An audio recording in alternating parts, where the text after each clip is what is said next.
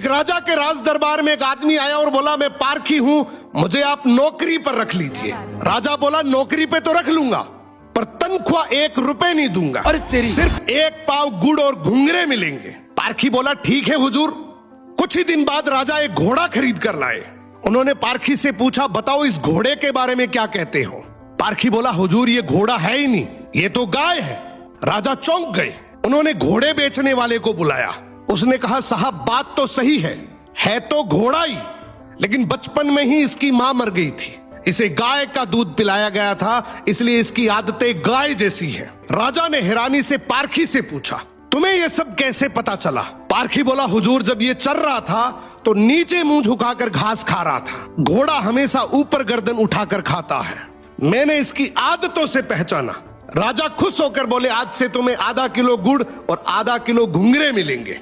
कुछ दिन बाद राजा ने फिर पूछा, मेरी रानी कैसी है, बहुत प्रिय है मुझे। पारखी बोला, हुजूर आपकी रानी खानदानी नहीं है। राजा को विश्वास नहीं हुआ।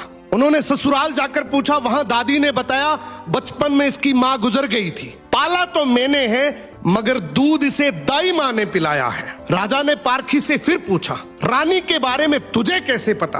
पारखी बोला, हुजूर इसके स्वभाव से खानदानी रानी में शालीनता होती है, मगर ये नौकरों पे चिल्लाती है, गाली देती है, इसकी आदतों से पहचान गया कि ये खानदानी नहीं है। अब राजा बोले, चलो मेरे बारे में बताओ।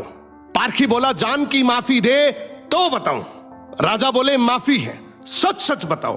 पारखी बोला, आप राजवंश के नहीं हैं, आप मुझे भड़बूजे लगते हैं, गुड़ और भंगूरे सेकने वाले।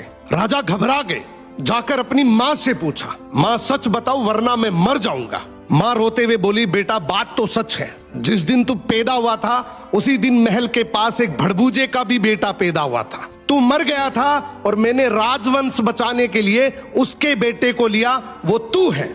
राजा ये सुनकर दुखी भी हुए और खुश भी हुए। इंसान की पहचान उसके चेहरे, कपड़े या खानदान से नहीं होती, उसके चरित्र से होती है। किसी को भी केवल उसकी शकल, सूरत, पद या घर देखकर मत परखो, उसकी आदतें, उसका व्यवहार ही उसका असली परिचय है। क्या बात है, बहुत बड़ी बात बोल दी आपने।